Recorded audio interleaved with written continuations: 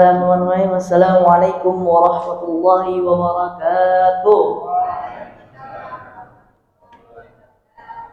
Yang saya hormati Ketua DKM Masjid At-Taqwa, yang saya hormati bapak-bapak, ibu-ibu sekalian yang sudah merelakan waktunya untuk saya ya.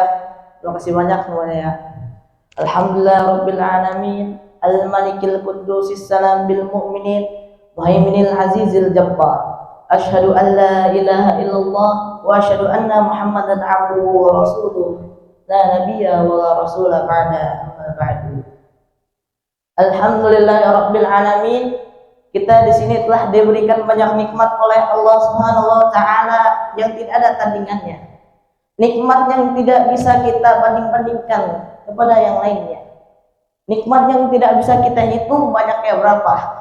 Dari nikmat kesehatan kita, dari oksigen yang begitu gratisnya diberikan kepada kita, kita tidak bisa membalasnya. Kita hanya bisa membalasnya dengan satu kalimat, yaitu Alhamdulillahirabbil alamin.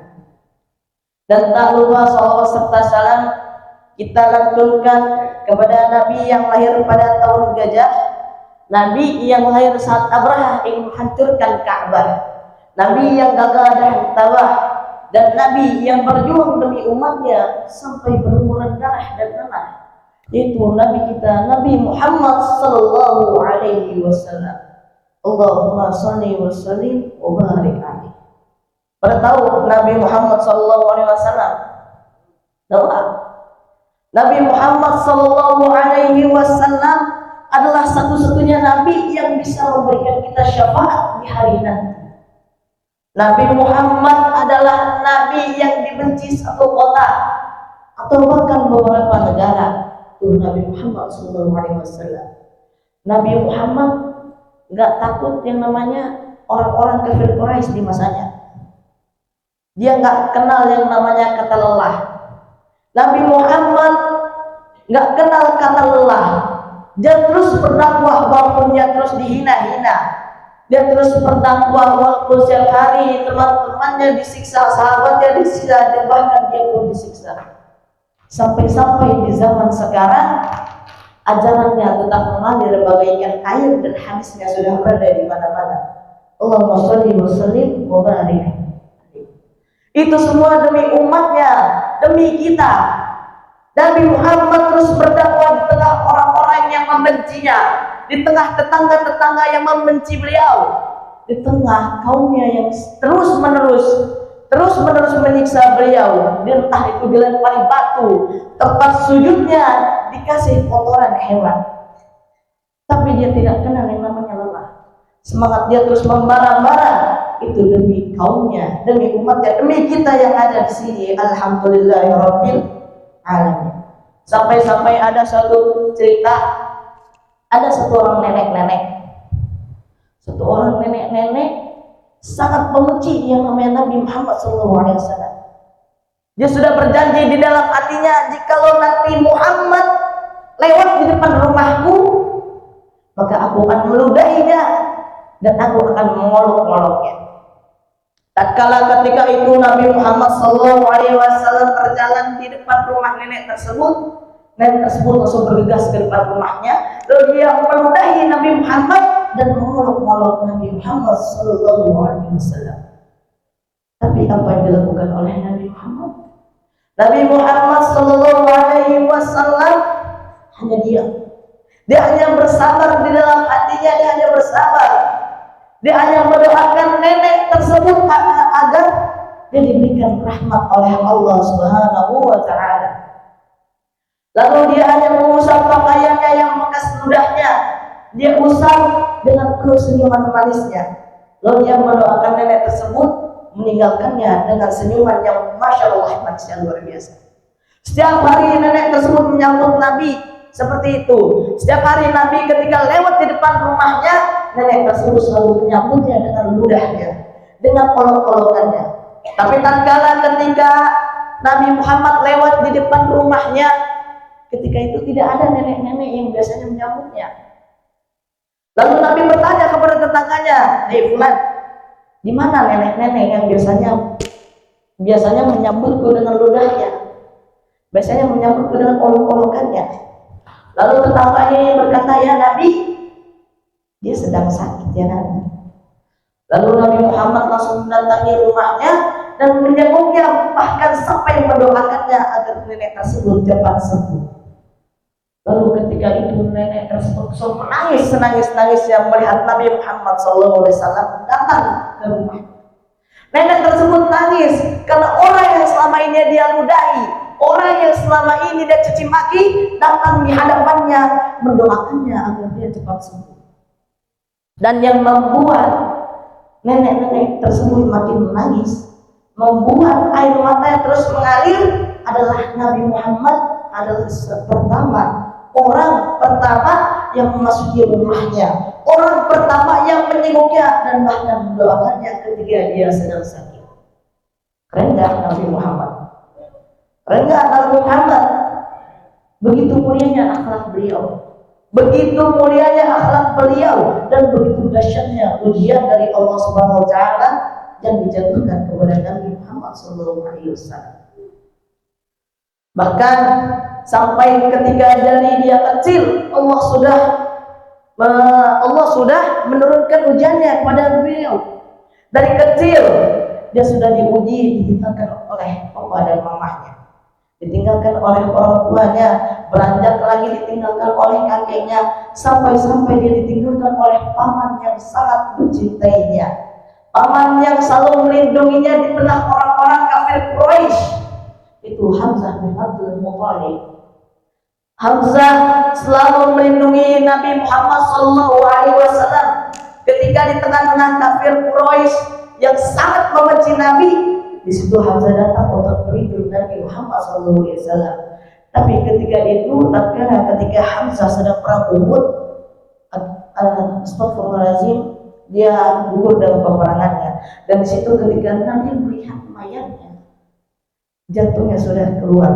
Dan di situ Nabi nangis senangis-nangisnya, dia sedih ditinggalkan oleh paman yang dicintainya, paman yang selalu melindunginya ketika keadaan sedang buruk, ketika keadaannya kafir Quraisy selalu ronta-ronta untuk membunuhnya.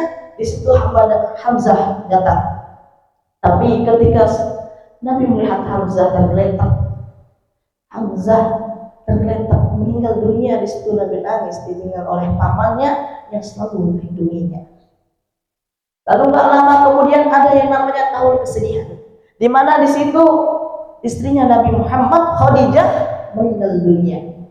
Gak lama setelah Khadijah meninggal dunia, meninggallah pamannya juga, pamannya yang selalu bersamanya, yaitu Abu Thalib, meninggal ketika itu di satu tahun itu. Dan itu membuat Nabi Muhammad terdiam dan menangis saja di kamarnya. Lalu siapa yang menghibur Nabi Muhammad? Allah Subhanahu wa taala yang langsung menghibur Nabi Muhammad SAW di saat itu. Allah langsung memanggil Nabi ke arsy-Nya. Langsung Nabi dipanggil oleh Allah, langsung dia dipanggil ke langit ke-7. Dan itu sangatlah singkat. Sudah difasilitasi oleh Allah, naik burung ke langit pertama, kedua, ketiga, keempat, kelima, keenam, ketujuh, akhirnya naik ke Rabbul A'la. Ketika dia ingin menyentuh arsy Allah, dibuka sendalnya. Itu dia diantarkan oleh malaikat Jibril. Ketika dibuka sendalnya, kenapa dibuka sendalnya? Karena dia mengingat peristiwa Nabi Musa alaihissalam. Ketika itu Nabi Musa berdoa selama 40 tahun hanya untuk ingin melihat Allah, hanya ingin bertemu dengan Allah. Akhirnya setelah 40 tahun lamanya, Nabi Musa diperintahkan oleh Allah, "Wahai Musa, naiklah ke gunung Tursina." Dan ketika Nabi Musa naik ke gunung Tursina, Allah menyuruh Nabi Musa untuk melepaskan sendalnya. "Hai Musa, lepaskan sendalnya." Maka hancurlah gunung Tursina tersebut dan mentallah Nabi Musa. Ketika peristiwa itu Nabi Muhammad teringat, maka dibukalah sendal Nabi Muhammad ketika ingin menginjak arsy-Nya Allah. Ketika dia ingin melangkah, Allah menstop Nabi Muhammad. "Wahai Nabi Muhammad, pakailah sendalmu. Sesungguhnya arsy-Ku ini ingin diinjak-injak oleh sendalmu." Lalu Nabi Muhammad kembali dan memakai sendalnya. Ketika memakai sendalnya, ketika dia masuk, malaikat Jibril diam, sudah tidak mengikutinya lagi. Lalu Nabi Muhammad bertanya, "Hai Jibril, ayo ikutlah bersamaku. Mengapa kau tidak ikut lagi bersamaku?" Lalu malaikat Jibril bilang, "Ya Nabi, jikalau aku masuk bersamamu, diriku akan hancur." "Ya Jibril, kalau dirimu akan hancur, bagaimana denganku? Engkau diciptakan dari cahaya, sedangkan aku hanya dari tanah. Bagaimana engkau yang diciptakan dari cahaya saja hancur, bagaimana denganku?" "Ya Muhammad, aku memang diciptakan dari cahaya, tapi aku tidak diciptakan dari cahaya Allah. Tapi sedangkan engkau, wahai Muhammad, engkau diciptakan dari separuh cahaya Allah Subhanahu wa Ta'ala." Lalu ketika itu Nabi Muhammad masuk, dibuka perhijabnya, dibuka, akhirnya diturunkanlah perintah sholat. Begitu istimewanya Nabi Muhammad SAW, berbeda dengan nabi-nabi yang lainnya, bahkan berbeda dengan makhluk Allah yang lain. Begitulah istimewanya Nabi Muhammad. Tapi bagaimana kita membalasnya? Bagaimana kita membalas perjuangannya, perjuangan dakwahnya? Bahkan sampai sekarang dakwahnya masih mengalir bagaikan air. Hadisnya sudah ada di mana-mana. Tinggal kita saja bagaimana cara mencarinya. Gimana kita membalasnya? Bagaimana kita agar kita bisa membalas ajaran Nabi Muhammad yang telah mengajarkan akhlak, bagaimana akhlak yang mulia, bagaimana sikap yang bagus, bagaimana adab-adab dan tata caranya, dan bagaimana cara bertemu dengannya. Ada satu amalan agar kita bisa menjumpai Nabi Muhammad SAW di akhir nanti. Ada satu amalan agar kita bisa berdekatkan dengan Allah. Jikalau kita cinta kepada Nabi, sungguhnya Allah akan mencintainya. Dan jikalau kita dekat dengan Nabi, sungguhnya Allah akan dekat dengannya. Bagaimana kita cinta dan berdekatkan dengan Nabi? Ada satu amalan, yaitu mudah. Amalan yang gak ribet, yaitu apa? Sholawat.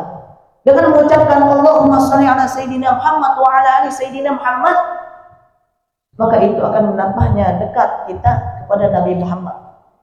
Tapi yang susah apa? Yang susah hanya istiqomahnya. Jikalau hari ini patokan kita 100 salawat, besoknya gimana caranya kita harus 100 salawat juga atau bahkan menambahkannya. Yang susah itu adalah istiqomah. Innallaha wa malaikatahu yusholluna 'alan nabi ya ayyuhalladzina amanu shallu 'alaihi wa sallimu taslima. Sungguhnya Allah dan malaikatnya bersalawat kepada Nabi, wahai orang-orang beriman, bersalawatlah kepada Nabi dan berilah dia penghormatan. Di sini ayatnya Allah mengaku dirinya sendiri. Allah mengaku bahwasanya dia itu juga bersalawat, bahkan malaikat bersalawat. Baru dia memerintahkan kepada kita untuk bersalawat kepada Nabi. Itu istimewanya Nabi. Dan ada juga keistimewaan bagi orang-orang yang bersalawat kepada Nabi. Nabi Muhammad sangat istimewa. Bahkan orang yang mencintainya, orang yang bersalawat kepadanya juga diistimewakan oleh Allah Subhanahu wa Ta'ala. Ada satu kisah, ada satu ahli ibadah. Dia begitu besar cintanya kepada Nabi Muhammad SAW. Setiap hari dia bersolawat, tapi ketika dia ziarah ke makam Nabi, dia membacakan maulid, dia membacakan maulid di makam Nabi Muhammad.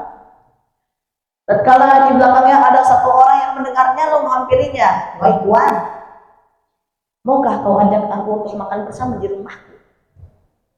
Lalu ahli ibadah ini jawab, "Boleh." Akhirnya diantarkan melewati jalan, akhirnya sampai di depan rumahnya. Ketika masuk ke dalam rumahnya, bukan yang dikasih makan, malah tangan diikat, lidah dipotong. Lidahnya dipotong. Saking bencinya orang ini kepada sang ahli ibadah, lidahnya dipotong. Lalu dia mengatakan, "Aku sangat benci kepadamu. Kenapa? Karena engkau terlalu menyanjung-janjung nama Muhammad dan engkau terlalu mengagung-agungkan nama Muhammad, padahal dia itu bukan Tuhan. Jadi dia itu tidak wajib untuk diagung-agungkan. Setelah itu dilepaskanlah ikatannya, dipegang lidahnya, digenggam, dia kembali ke makam Nabi. Ketika dia kembali ke makam Nabi, di dalam hatinya dia berkata, "Ya Nabi, bukannya saya tidak ingin bersolawat kepada engkau, tapi sekarang lidah yang biasa saya gunakan untuk bersolawat kepada engkau, lidah yang biasanya aku menyanjung-nyanjungkan nama Muhammad, sekarang sudah ada di genggaman tanganku." Dan saking sakitnya, saking penuhnya darah di tubuhnya, dia pun pingsan. Ketika pingsan, di dalamnya ada sosok manusia. Ada sosok manusia yang datang kepadanya. Lalu beliau berkata, "Wahai hamba Allah, wahai hamba Allah, ketahuilah aku Muhammad yang sekarang datang untuk menjengukmu. Biarkanlah lidahmu terputus, biarkanlah lidahmu terpotong, tapi asalkan engkau mencintaiku, Allah izinkan aku untuk dekat denganmu." Namun ahli ibadah ini bilang lagi, "Ya Nabi, saya bukannya tidak ingin bersalawat denganmu. Saya ingin bersalawat denganmu dengan fasihnya. Saya ingin bersalawat denganmu dengan kesempurnaannya, dengan kebahagiaannya." Lalu diambillah lidah orang tersebut oleh Nabi Muhammad, dimasukkan ke dalam mulutnya. Tatkala ketika dia bangun dari pingsannya, nyambung ke lidah. Lidahnya tersambung kembali. Dan ketika itu ada banyak makna dari cerita tersebut untuk orang-orang yang mencintai Nabi Muhammad SAW.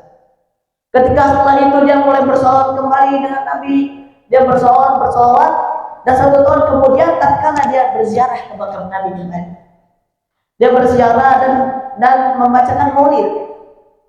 Ketika dia membacakan maulid, setelah dia selesai, ada 1 anak muda yang datang kepadanya. Ada anak muda yang ingin menjamunya. "Ya Tuan, aku mengundangmu untuk makan bersamaku di rumah." Tidak ada keseuzunan, tidak ada keseuzonan oleh ahli ibadah ini, tidak ada. Lalu kata dia, "Boleh." Akhirnya diantarkan oleh anak muda tersebut ke gang yang sama, diantarkan ke jalan yang sama, dan sampailah ke rumah yang sama. Lalu ahli ibadah tersebut bilang, "Hei anak muda, aku pernah ke rumah ini.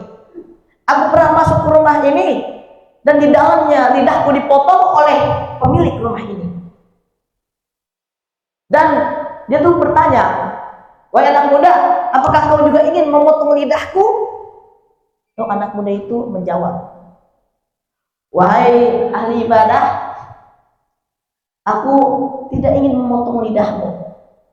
Aku hanya ingin engkau untuk mencicipi sedikit rezekiku yang ada di dalam rumahku ini."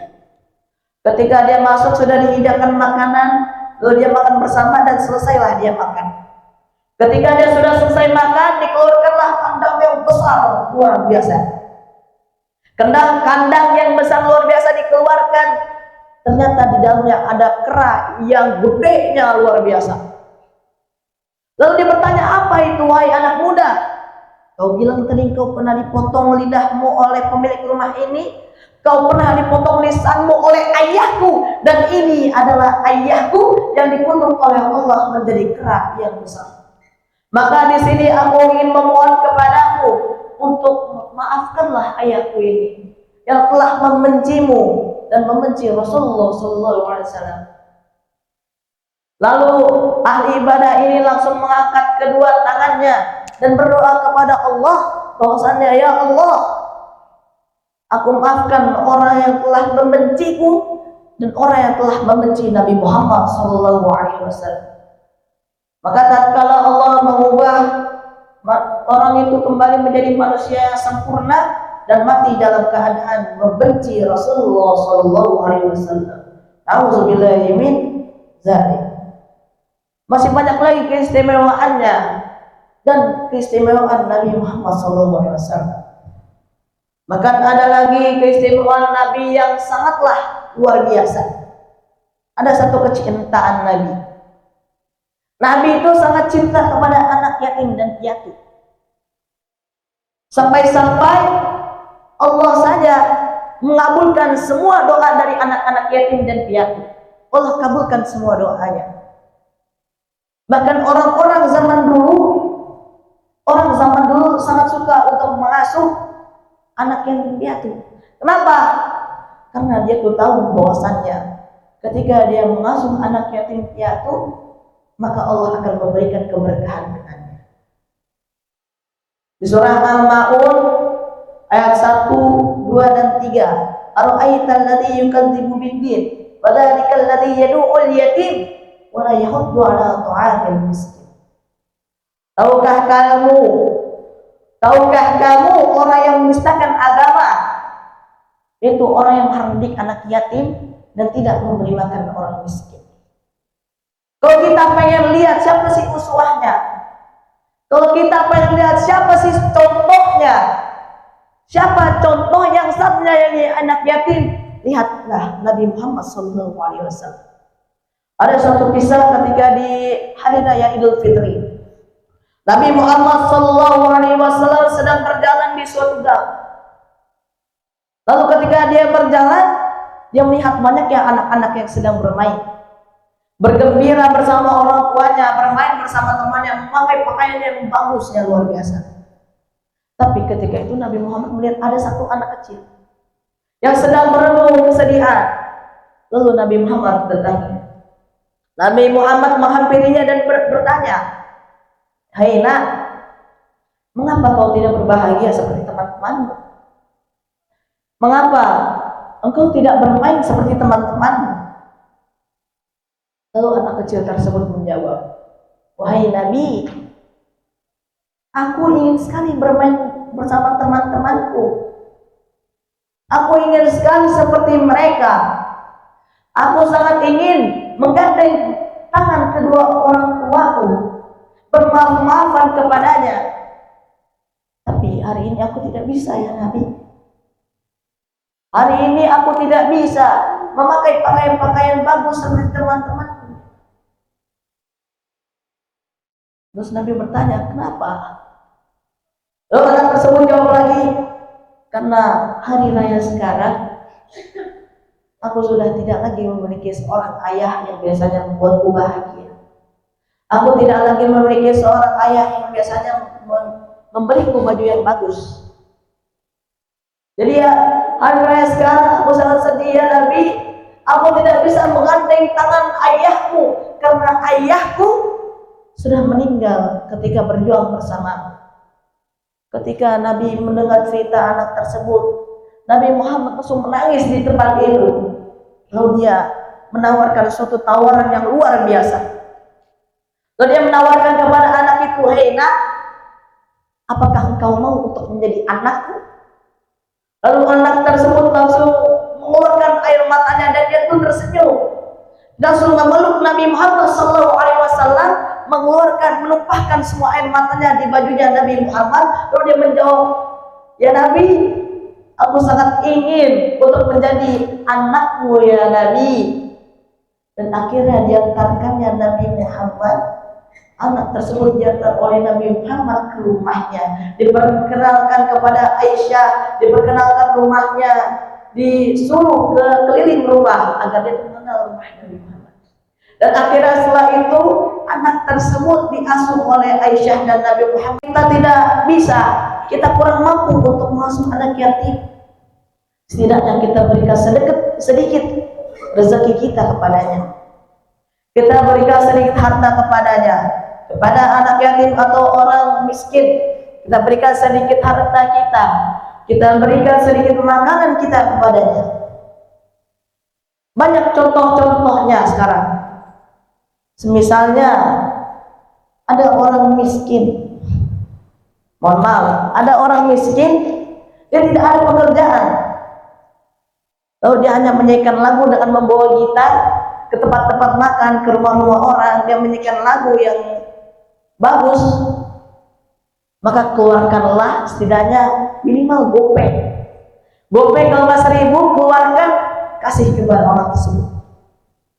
Maka insya Allah orang tersebut itu akan bahagia. Apalagi kalau tambah bahagia, kita tambahin uangnya, kita berikan dengan senyuman kita yang manis yang luar biasa. Insya Allah ketika di hari nanti, di hari akhir nanti ketika kita ingin ditimbang amal ibadahnya, koin 500 yang kita berikan, koin 1.000 yang kita berikan, dan orang yang kita berikan akan menghampiri kita dan dia akan bersaksi di depan Allah bahwasanya kita pernah berbuat kebaikan, kita pernah mengasihi dia rezeki, kita pernah berbuat kebaikan dengannya, maka Allah akan menambahkan amal ibadah kita di hari nanti. Amin amin ya rabbal alamin. Alhamdulillahirabbil alamin. Mungkin sekian dari saya. Jadi kalau ada kesalahan ataupun ada kekurangan, saya di sini mohon maaf sebesar-besarnya. Jadi kalau ada makna, ada nasihat yang saya berikan, itu datang dari Allah Subhanahu wa taala. Tapi jika ada kesalahan, itu datang dari saya sendiri. Karena Allah lah yang Maha memberikan rahmat. Allah lah yang Maha sempurna, dan manusia hanyalah tempat kesalahan semata. Yang mungkin dari saya. Assalamualaikum warahmatullahi wabarakatuh.